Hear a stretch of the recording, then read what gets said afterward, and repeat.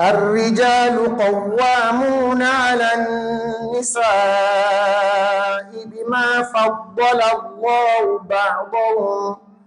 بما فضل الله بعضهم على بعض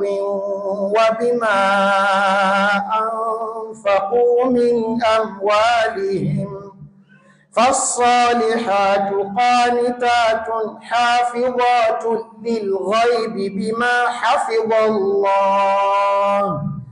واللاتي تخافون نشوزهن فعظوهن واهجروهن في المضاجع واضربوهن فإن أطعنكم فلا تبغوا عليهن سبيلا